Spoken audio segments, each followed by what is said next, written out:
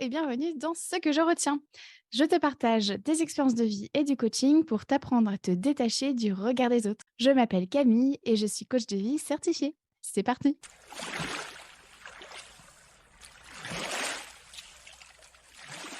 Aujourd'hui, dans ce 56e épisode, je te partage ce que je retiens de mon perfectionnisme qui m'a empêché de me lancer dans mon podcast et je te donne des clés pour comprendre en profondeur pourquoi tu procrastines afin de passer à l'action. Alors, le 8 juillet 2022, j'ai publié mon premier épisode de podcast.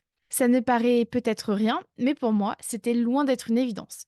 J'ai procrastiné pendant de longs mois avant de sortir mon premier épisode. Et tu sais ce qui me bloquait le plus? C'était ma voix, ou plutôt ce que je pensais que ma voix renvoyait. En fait, j'avais honte de ma voix car je la trouvais trop aiguë et du coup, trop enfantine. J'avais aussi peur de ne pas être prise au sérieux avec une voix pareille, qu'on se moque de mon intonation, de mes tics de langage ou de quoi que ce soit d'autre. Bon, et puis l'autre raison qui fait que j'ai procrastiné pendant des mois avant de me lancer dans le podcast, c'était mon perfectionnisme. Je voulais que tout soit parfait, c'est-à-dire avoir le meilleur matériel pour produire un podcast de la plus grande qualité, sauf que je n'avais pas le budget pour acheter du matos. Je voulais que tout soit nickel, que ce soit au niveau de l'identité visuelle ou bien de l'identité de marque du podcast. Là, je te parle du logo, du nom, des visuels, et cetera. Et finalement, là, j'avais clairement peur de ne pas être professionnelle. Donc tout ceci étant dit, comme tu peux le remarquer, j'étais bien loin de concrétiser mon rêve d'avoir un podcast, ce qui m'embêtait parce que j'avais plein de choses à dire. J'avais très envie de contribuer à ma manière à la cause féminine. Je voulais que mon podcast s'adresse aux femmes afin de sortir des cases dans lesquelles la société veut qu'on soit.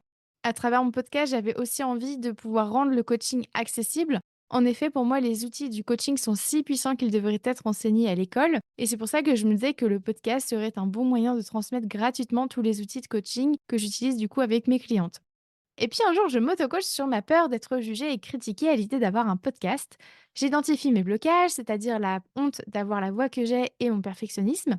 Je comprends donc que ce qui se cache derrière, c'est ma volonté de passer pour une professionnelle. Et pour moi, être professionnelle à cet instant-là, ça voulait dire être légitime à avoir un podcast, être légitime aux yeux des autres et qu'on me fasse confiance et donc que je me fasse confiance. Et une fois que j'ai compris tout ça, je me retrouve le mercredi 6 juillet à brainstormer sur le nom de mon podcast, à créer l'identité visuelle, à écrire mon premier épisode. Le lendemain, le jeudi 7 juillet, je l'enregistre avec mon casque audio, sans micro professionnel, je le monte et je trouve un hébergeur de podcast. Et puis, je me retrouve à publier le premier épisode juste après minuit, le vendredi 8 juillet. Et au final, dès que j'ai identifié les raisons profondes de ma procrastination, il m'aura fallu moins de 48 heures pour concrétiser mon rêve d'avoir un podcast. Et quelle chouette aventure! J'adore mon podcast et c'est d'ailleurs ce que je préfère le plus dans mon boulot avec le coaching. Et donc, ce que je retiens dans mon perfectionnisme qui m'a empêché de me lancer dans le podcast, c'est que la procrastination s'explique par un déséquilibre entre les besoins comblés et ceux non comblés. Tout d'abord, un peu de contexte. Il est important de rappeler que procrastiner, c'est mal vu dans notre société puisqu'il faut être dans la performance H24, il faut faire beaucoup, tout le temps et surtout, il faut que ça se voit. Sauf que on peut aussi être dans la performance sans que ça se voit. On a le droit de ne pas vouloir performer. On n'est pas toujours en capacité de performer. Ça va dépendre de notre état de santé physique ou mentale, par exemple. Et puis, il existe autant de définitions de la performance qu'il existe de personnes sur Terre. Ceci étant dit, procrastiner, ça a plusieurs avantages. Laisse-moi te les expliquer avant que tu hurles. Procrastiner, ça permet au cerveau de processer certaines émotions. Ça permet aussi de nourrir un ou plusieurs de nos besoins. Et ça permet aussi de nous indiquer qu'un ou plusieurs de nos besoins ne sont pas nourris. Et donc, si je reprends mon exemple, en procrastinant sur le lancement de mon podcast, ça m'a permis de m'habituer à l'idée que des personnes écoutent ma voix, de m'habituer à l'idée que je suis légitime à avoir un podcast, de me libérer de l'espace mental pour traverser une crise professionnelle qui était ultra désagréable à cet instant-là. Ça m'a permis aussi de clarifier mes motivations et mes envies par rapport au fait d'avoir un podcast. En bref, en procrastinant sur le lancement de mon podcast, j'ai pu remplir mes besoins de stabilité, réassurance, simplicité, clarté et confiance. Mais ça m'a également indiqué que plusieurs de mes besoins n'étaient pas nourris, comme mes besoins de transmission, connexion, créativité, développement et celui de la nouveauté. Et donc, s'il y a procrastination, c'est parce qu'il y a une envie de passage à l'action. Et passer à l'action permet donc de nourrir d'autres de tes besoins. C'est pour ça que plus tôt dans l'épisode, je te disais que la procrastination s'explique par un déséquilibre entre les besoins comblés et ceux non comblés. Mais alors, pourquoi on procrastine? Eh bien, tu vois, procrastiner, ça permet avant tout de s'éviter tout un tas d'inconforts comme la peur d'être jugé, d'échouer, de réussir, de la peur de l'inconnu ou bien la peur de décevoir. D'autres inconforts comme la honte de faire autrement, d'être différente, ou bien le fait de s'affirmer auprès de ses proches, ou bien l'insécurité financière par exemple. C'est donc complètement normal de chercher à fuir l'inconfort puisque c'est ce qui nous a permis de survivre en tant qu'espèce humaine. Ainsi, éviter et fuir l'inconfort, ça fait totalement partie de la programmation de notre cerveau primaire. C'est la raison pour laquelle nous recherchons tout le temps à ressentir du confort et du plaisir car ça libère notre dopamine. Mais au fait, la dopamine, c'est quoi? Eh bien, pour résumer, la dopamine, c'est un neurotransmetteur indispensable à notre survie puisqu'à l'origine, ça permet de renforcer des actions qui sont bonnes pour notre survie, comme manger et se reproduire. La dopamine influence directement notre comportement puisqu'elle impacte notre motivation et prise de risque. Et donc notre cerveau primaire a compris que manger ou se reproduire permettrait de ressentir du plaisir et ce qui a pour conséquence d'activer notre système de récompense et donc de libérer de la dopamine. Tout ça dans le but de nous inciter à manger ou à nous reproduire à nouveau car ce sont des comportements bénéfiques pour notre survie. Et justement, face à un inconfort comme lorsqu'on a peur de s'affirmer auprès de ses proches par exemple, aucune dopamine n'est libérée. Notre cerveau en déduit donc qu'il n'est pas nécessaire de dépenser son énergie à faire quelque chose qui n'est pas essentiel à notre survie. Pour conclure sur cette partie, sache que si tu procrastines, ça ne veut pas nécessairement dire que tu n'es pas assez motivé ou que ton projet ou ce rêve ou cette reconversion pro ne te fait pas suffisamment envie ou que ça ne compte pas assez pour toi. Comme on l'a vu, procrastiner, ce n'est ni bien ni mal, c'est simplement le témoin que ton cerveau entrevoit un ou plusieurs inconforts, que tu as des besoins non nourris et d'autres nourris, tout simplement.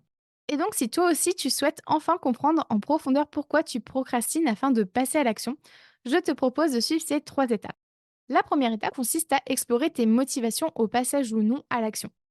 Et donc, la première phase de l'exploration consiste à identifier ton pourquoi, ce qui fait que tu veux passer à l'action. Cela va te permettre de montrer à ton cerveau primaire que tu bénéficieras d'un retour sur investissement en termes d'énergie et de dopamine. Par exemple, ça peut ressembler à ça. Je souhaite changer de travail car ça me permettra de prioriser plus de temps en famille. Ou bien car ça me permettra de découvrir d'autres cultures. Ou bien car ça me permettra d'économiser plus d'argent.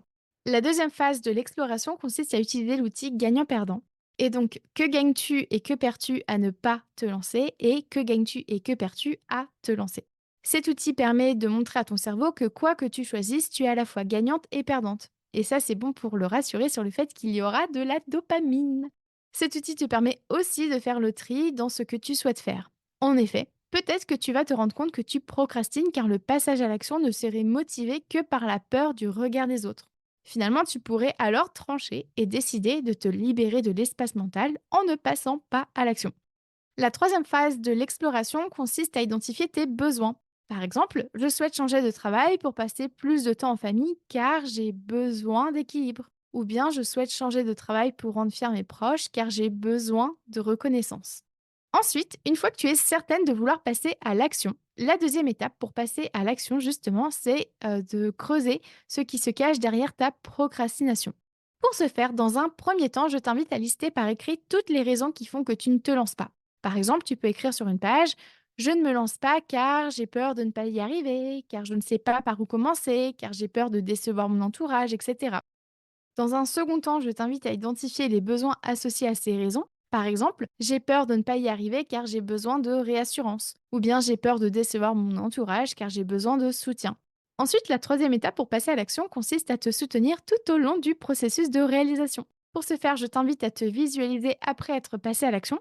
Quelles émotions ressens-tu? Du bien-être, de la fierté, de l'accomplissement, de la joie, etc. Et qu'as-tu fait pour y arriver? Ensuite, je t'invite à identifier plusieurs manières pour combler chacun de tes besoins. Je t'invite aussi à te rappeler régulièrement ton pourquoi, donc voilà, sous forme de post-it, fond d'écran, bijoux, etc. Et enfin, je t'invite aussi à te parler de manière douce et bienveillante durant tout le processus, comme tu pourrais le faire avec une personne que tu aimes. Et pour conclure cet épisode, je t'invite chaleureusement à écouter les épisodes complémentaires suivants: le 17 sur la différence entre le cerveau primaire et le cortex préfrontal, le 30 sur le rôle de la fuite de l'inconfort, le 34 sur comment te lancer malgré la peur d'être jugé, le 37 sur le pire scénario et le 54 sur comment nourrir tes besoins. Et si tu souhaites en savoir plus sur mes sources, je t'invite à lire la retranscription de cet épisode. Et voilà pour aujourd'hui. Et toi, que retiens-tu de cet épisode?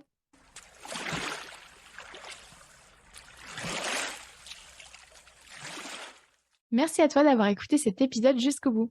Si tu souhaites en savoir plus sur mon travail, rejoins-moi sur Instagram sur la page La Coach Camille, ainsi que sur mon site internet www.lacoachcamille.com. Prends soin de toi.